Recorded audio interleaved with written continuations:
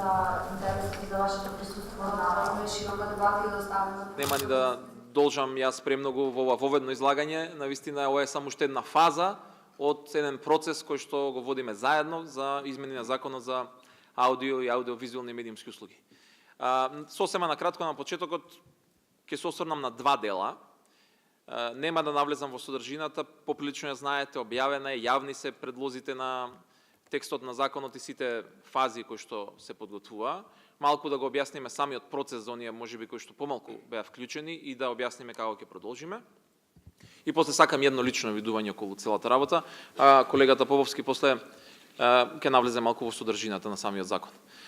Како што и самите знаете, имавме иницијална предлог на драфт верзија на законот за измени за законот за аудио и аудиовизуални медиумски услуги, која што беше јавно објавена, која што беше иницијален текст резултат на долги и тешки, за жал, политички преговори за закон за АВМУ во пржинскиот процес. На тоа бевме ние како политичари, и тоа го тврдам цело време, натерани заради состојбата во која што се наоѓаше медиумскиот простор. И заради состојбата со демократијата во Македонија, која што беше исто така резултат на состојбата во медиумскиот простор. Ние како политичари никогаш не требаше како општество да се доведеме во ситуација да преговараме за закон за медиуми со странско посредништво. Но бевме доведени во таква состојба, за жал, сите како граѓани, дека моравме и тоа да го направиме. Во Македонија не се проблем законите. Ние имаме добри закони. Македонија е проблем непочитувањето на законите. Овој закон што ќе го донесеме сега може да биде најдобриот закон на целиот свет. Никој во свет да нема подобар. И ако не го почитуваме, џабе ќе целата работа. Како што има и ситуации земји во кои што скоро да нема никаква регулација и регулатива, а имаат многу по професионален и со повисоки стандарди медиумски простор од нашиот. Текстот на законот беше таков како што беше во таа фаза, го објавивме јавно, сите го имаа на увид, граѓаните, медиумските работници, така натака. Имавме фаза во која што се неформално консултиравме со сите од вас, баравме предлози, забелешки, имавме јавна дебата една, следеа дополнителни коментари и предлози кои што ги вградивме во нова верзија на законот, втора верзија на законот, која што повторно јавно ја објавивме. Таа е веќе и во фаза на формалните консултации на ЕНЕР, единствениот национален електронски регистар, како што е кај нас по закони согласно деловникот на владата, каде што повторно сите граѓани сосема отворено, слободно може да даваат своји коментари, забелешки и така натака. Дали сме задоволни со вклученоста, јас лично, на граѓаните во коментирање на законот? Искрено не баш. Очекував повеќе. Со оглед на целата дебата која што гледам околу законот во медиумската фела. Ама онаму каде што треба да коментираме на официјалните процедури, кај што се официјалните процедури, таму малце, и не само околу овој закон, генерално и околу другите предлог законски решенија, некако сите сакаме да зборуваме вака неформално, да се гледаме на состаноци, ама кога ќе треба да ставиме нешто на харта и да пратиме предлог, тука малце по тешко ни оди. Овој текст на закон исто така не е финален. Значи, повторно сме тука за да дебатираме.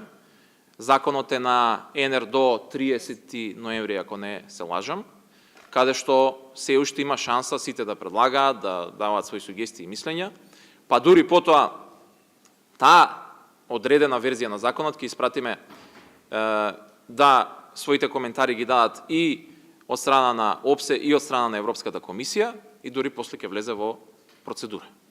Но она што мора да го направиме заради сензитивноста пред се на оваа материја е мора сите да се добро информирани, сите да се добро консултирани и сите точно да знаат што значи овој закон. Пак ќе кажам, ќе има и трета верзија веројатно. Значи ова што денеска го имаме како работен текст, ајде така ќе го крстиме, може да ќе претрпи измени. Така да ќе се појави трета, четврта, 16-та верзија на законот. ама тоа се различни фази, сите се објавуваат јавно и сите заинтересирани граѓани јавно ги гледаат. И тоа е нормално. И тоа е разликата на пристапот на можеби некои претходни влади од оваа. Не истовараме текст во кој што викаме ова и тој мора да биде. Туку навистина сакаме да ги чуеме, да чуеме гласот на фелата. Тоа беше околу процесот и процедурата. Сега сакам малку и околу нешто друго. Ќе зборувам малку од личен аспект. Во целиот овој процес, кој што се согласувам дека трае долго и ќе трае уште некој време. Затоа што пред се треба да донесеме квалитетни решенија, за разлика од брзо решение. Се изнаслуштав се и се што. Дека оваа влада се однесувала исто како и претходната, дека политичарите се обидуваат да влијаат на медиумите и така натака.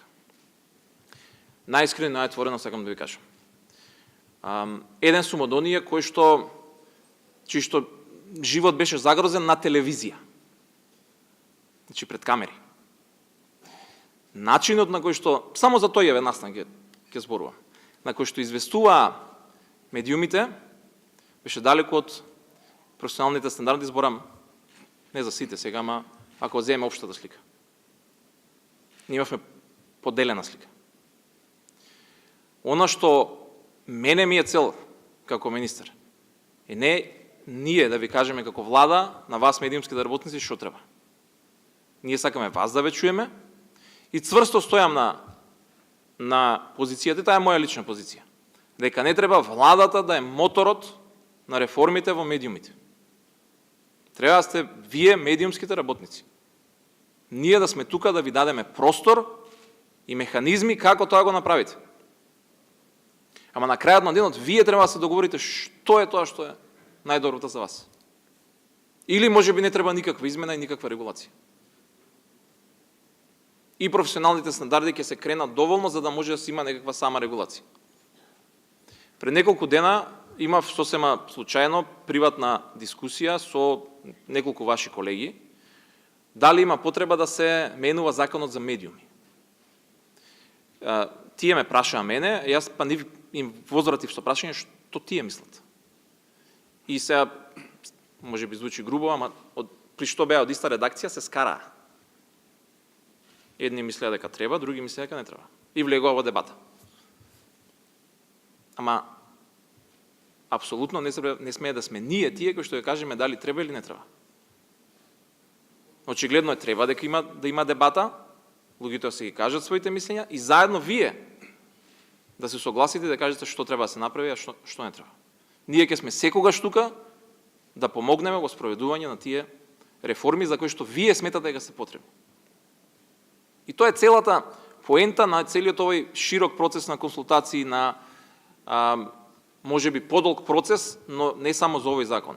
За сите законски решенија, оваа влада не брза во донесувањето на законите, затоа што ако не треба малку повеќе дебата за да добиеме поквалитетен закон, секогаш сме повеќе поборници за тоа, отколку да брзаме со одредени решенија, кои што после ќе треба ад хок да ги менуваме.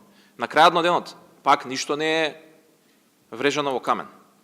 Ако се испостави, се увиди, вие го кажете тоа, дека одредени делови од законот, и кога ќе се донесе, во било која форма, не функционира добро, секогаш сме отворени за повторно тоа се дебатира и повторно да се отвара. Излегуваме од една многу сензитивна фаза во медиумската сфера. И нема преку ноќ да ни се случат да ги решиме сите проблеми.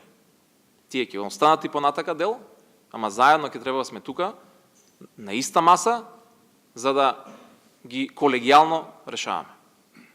Ви благодарам. Толку од мене за почеток, ама после сме на располагање за било какви коментари.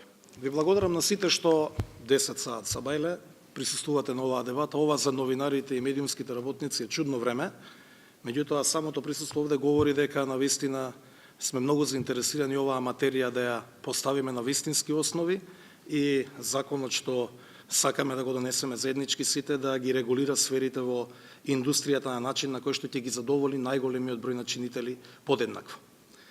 Дамјан спомна како известуваа медиумите во определени периоди од минатите години, не би сакал да се враќам, велевме никогаш да не се повтори, меѓутоа ова што сега се случува и интересот и многуте желби преку еден закон да се регулираат сите можни пропусти што беа оставени, говори за една хаварија во медиумскиот простор што ја наследивме и која што сега заедно ја менаџираме. Дебати има и секогаш ќе има. Отворена дискусија е неопходна. Овој период правиме 2 годишнина од почетокот на пржинските преговори и почетокот на дебатите за законов кој што еве повторно го дебатираме уште еднаш во финална фаза во која што сакаме конечно да ја направиме верзијата која што ќе треба да помогне во регулирањето на оваа сфера. Меѓутоа дебатите се една работа, мораме да одиме и во имплементација на решенијата. 20 дена на ЕНР течат, на 30 ноември ќе заврши и тој период, потоа се разговаравме со колегата министер, уште 7 дена ќе дадеме некаков простор за дополнителни предлози и размислувања и би требало веќе владата да оди кон усвојување на овој закон. Факт е дека не смее да се брза со ниту едно законско решение, но исто така факт е дека не смее па предолго да се остави сферата нерегулирана, бидејќи сериозни проблеми има и во начинот на функционирање на македонската радиотелевизија. Овој закон ги утврдува правилата и критериумите и за функционирање на избор на органите и телата. Сериозни проблеми или размислувања или недоразбирање има во Агенцијата за медиуми, која што исто така очекува, луѓето таму очекуваат законски измени врз основа на кои што новите органи и тела ќе бидат избрани. Овој закон е резултат на проблемите кои што ги имавме во општеството. И овој закон има намера да биде дел од реформата во медиумите. Владата нема намера никако со овој закон да направи дополнителни проблеми во општеството, во начинот на функционирањето на новинарската професија и особено во начинот на работењето на медиумите. Токму затоа се овие јавни расправи. Кога велиме дека целта на законот е да ги професионализираме и департизираме јавниот сервис и Агенцијата за медиуми, тоа е вистинската намера и за таа намера сте информирани сите, па дури и поединечно во овие 2 години. Сум имал многу средби и со представниците на националните телевизии, Сдруженијата на новинари, етичките комитети, другите приватни медиуми, ЗАМП и така натамо, се со цел да ги слушнеме информациите и размислувањата на секој од вас. Меѓутоа, законот треба да го донесеме, затоа што некој ќе рече и претходниот е добар. Па ако е добар, зошто овие девијации ни се појавија и зошто имаше толку искривување на законските решенија? Не значи дека и овој ќе биде идеален, но затоа заеднички ќе бидеме тука да го мониторираме. По донесувањето на законот ќе формираме работна група, која што еднаш месечно представници на владата и невладиниот сектор, сите заинтересирани чинители ќе седнеме и ќе наблюдуваме каде се појавуваат дефектите. Идеално законско решение не постои. Битно е дали е желбата да ги подобруваме оние решенија што сме ги донесле на почеток и постојано да ги усовршуваме. Но едно е битно. Желбата на оваа влада, на нас како луѓе што овде не гледате, е да ги поставиме правилата на игра. Да нема потоа дека заради тоа што не сме биле ефикасни или не сме сакале да помогнеме во регулирањето на сферата, останало отворено, прашањата не се дефинирани и се уште заради неефикасност на владата има проблем во професијата. Тоа не е целта, затоа велам, клучната поента е да ги департизираме и професионализираме. Јавниот сервис да ја добие вистинската улога и Агенцијата на медиуми да ја добие улогата на вистински регулатор. Понатаму, знаете како велат и странците, па и ние велиме, што помалку регулација, подобра регулација. Понатаму, целосна заложба имаме за што е можно поголемо почитување на саморегулаторните механизми. Владата усвои изјава во која што се обврза да ќе ги почитува и ќе даде максимум во поддршка на саморегулаторните механизми. Имаме тела и органи што самата професија може да ја регулираат. Но тоа е следната фаза. Кога говориме за медиумските реформи, Дамјан спомна, законот за медиуми, внатре во професијата има страшни различни размислувања. Но дали тоа не значи дека треба ние да отвориме дебата? Да, ќе отвориме и дебата за потребите од изменување и дополнување на законот за медиуми. Па доколку има потреба, ќе навлеземе во суштинска расправа и за овој закон. Уште еден, законот за пристап до информација од јавен карактер. Има многу забелешки, но тој не е само за новинарите, тој е и за граѓаните. Треба да сме внимателни што правиме за да не го нарушиме правото на граѓаните и нивните потреби кога се обраќаат до институциите на државата. Но и за тој сме подготвени да отвориме широка дебата. Да ги завршиме овие прашања каде што државата, институциите, власта има потреба да биде вклучена.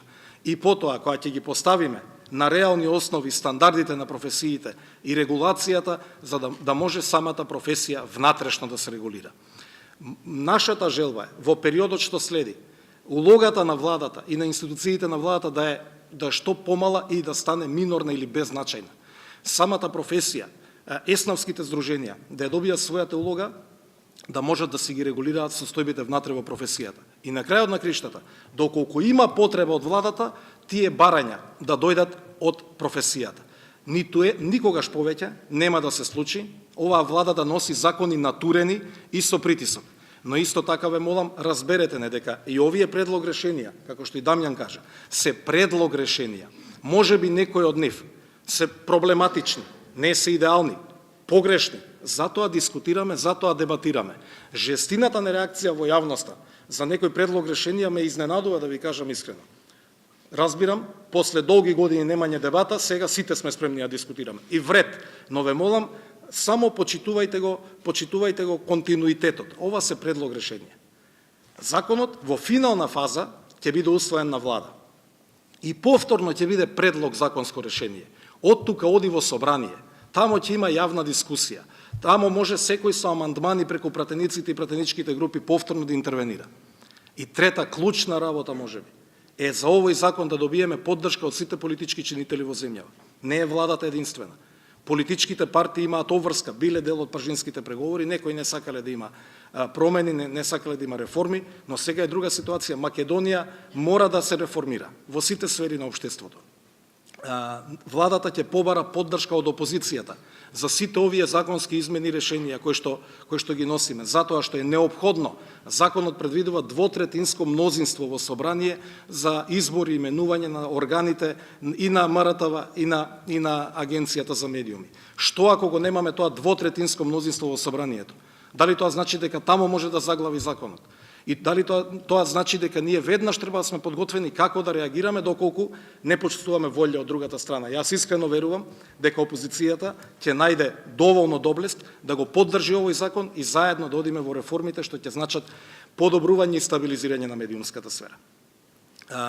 Ви благодарам уште еднаш што ни дадовте можност да се обратиме на почетокот и повелете со размислувања, прашања, да биде ова јавна дискусија подеднаква за сите присутни, за да можеме да ги подобриме решенијата што се веќе предложени. Благодарам.